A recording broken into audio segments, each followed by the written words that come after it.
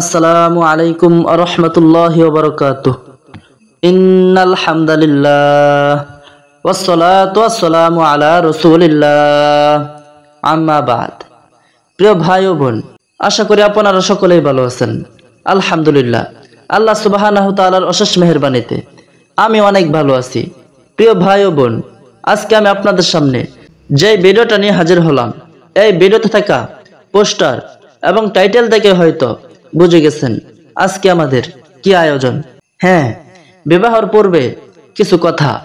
সন্তানাদি যখন প্রাপ্ত বয়সে পৌঁছে তখন পিতামাতার উচিত বিবাহের পূর্বে তাদের থেকে তাদের মতামত জেনে নেওয়া, যাতে বোঝা যায় যে এতে সে সম্মত কিনা।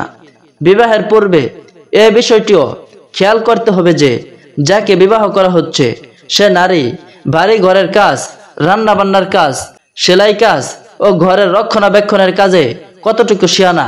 কেননা বিবাহের পর ঘরের যাবতীয় কাজের দায় দায়িত্ব তাকে নিতে হবে।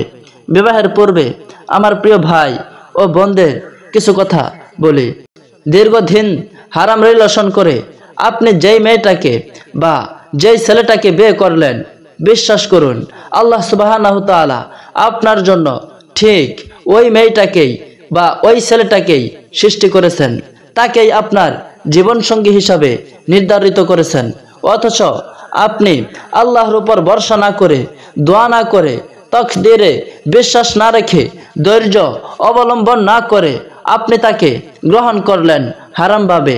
যদি আপনারা হারাম রিলেশন না করে বিয়ে নাও করতেন, তবুও ওই ছেলে বা ওই মেয়ের সাথেই অবশ্যই বিয়ে হতো। এখানেই রয়েছে আল্লাহর ইবাদত, এটাই আল্লাহর পরীক্ষা। ঠিক এই জন্যই আল্লাহ সুবহানাহু ওয়া তাআলা আমাদের সৃষ্টি করেছেন। প্রসঙ্গ, আপনি আপনার রবের ফয়সালার উপর ভরসা বিশ্বাস করে ধৈর্য অবলম্বন করবেন, নাকি আপনি আপনার নফসের গোলামি করে যাবেন। এমন কেউ থেকে থাকলে তাকে না বলাটা আপনার জন্য ফরজ।